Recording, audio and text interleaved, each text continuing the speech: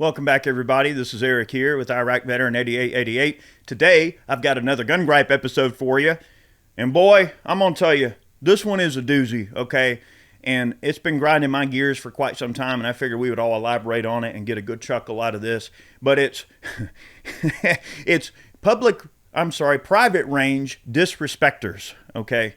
And I was having this sort of thought the other day. I'm not going to say who it was. It was some close acquaintances of mine, but I invited some people over to my range the other day. They asked, and I was not there. They know where I'm at. And I told them, yeah, you can use the range, sure.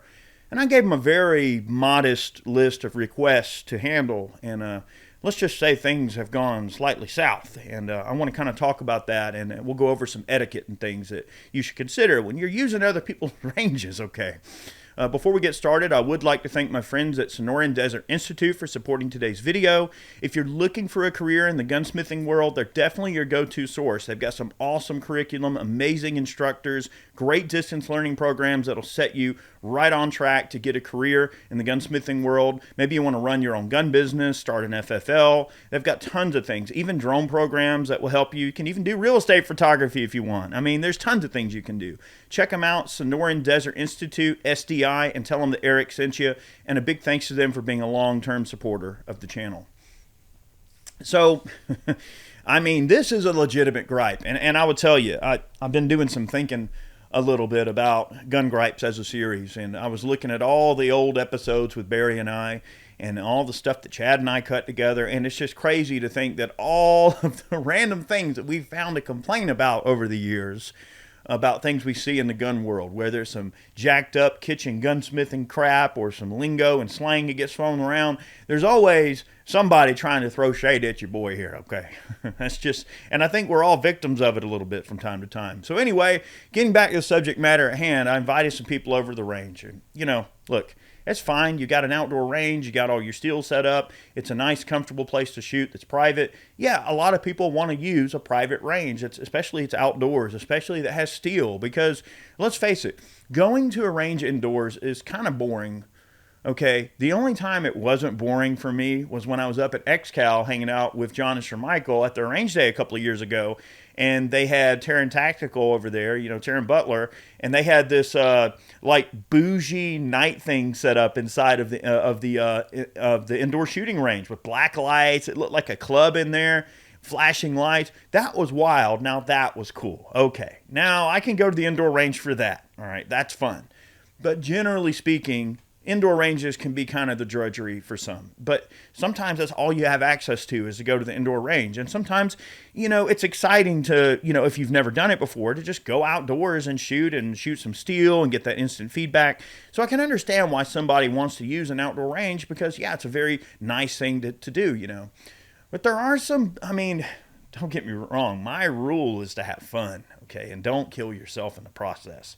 Right, I'm easy. I'm the most easygoing person ever, right? And I tell somebody, hey, you can use the range, but there's a big old egg crate under the table full of spray paint, and all I ask is that you set all the steel back up, like I have poppers, so they'll shoot and then they fall down. You've seen my range, you've seen the videos I make, and you see the poppers when they fall down. All I ask is pick up the freaking poppers and paint all the steel and put it back the way you found it. Pick up all your trash, pick up all your shotgun shells, mainly shotgun holes because they get caught in the lawnmower. And that's it. And don't shoot the steel with 5.56 on the pistol range. That's all I ask. Like, that's a simple request. A simple request. Oh boy. Apparently too hard though. This group of people I let come out, I didn't take pictures of the aftermath because I guess I wouldn't think about it at the time. But in my head, I thought, that's a gripe. And, sometimes we go, hey, this is a freaking gun gripe, okay? This is a gun gripe. Man, divots in my freaking steel from M855 with steel core ammo, putting divots in my steel. Some of the steel's got holes in it from they're shooting it way too close. Not only is that unsafe, but all the steel knocked over. All of it's got bullet holes, unpainted. In the rain, that will rust. Wherever that paint is not present, your steel is going to rust. It can compromise over time. You got to protect your steel because it is out in the weather, right? Especially if you leave your range set up at all times. They left trash behind. They left freaking candy bar wrappers behind, Coke cans.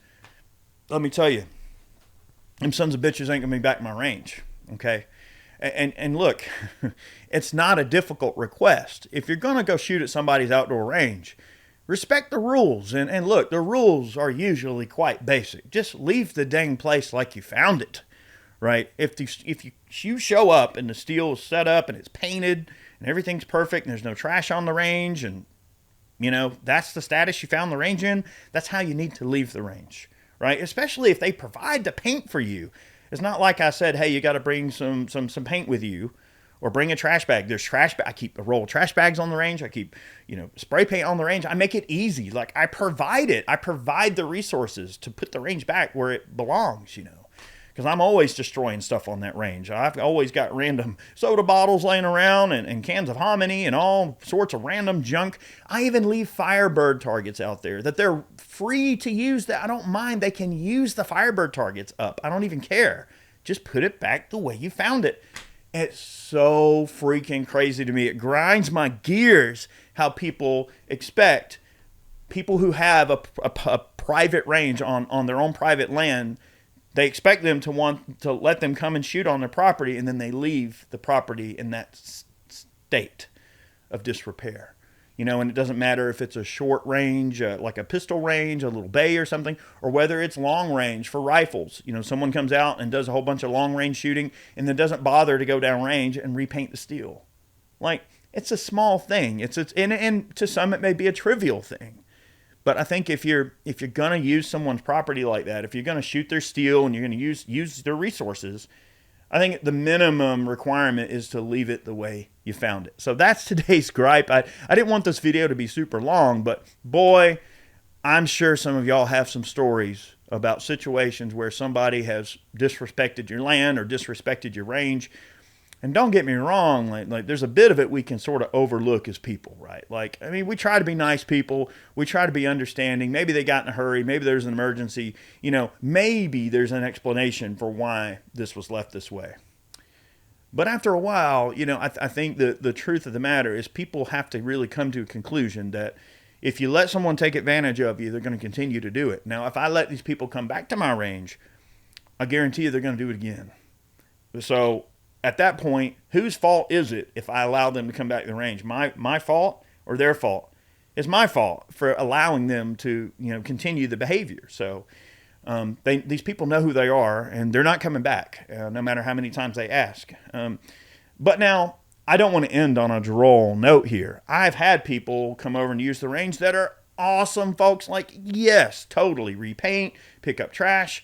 They're good. They leave it exactly like they found it. In fact, one time they left it so perfect, I had to call and ask. I was like, hey, I noticed I was away running errands, and you guys said you were going to come use the range. And I came back, and it didn't look like anybody had ever been there. Oh, yeah, we shot. We dropped 500 rounds of ammo and fixed it up and left. And I'm like, oh, okay. So that's how it should be.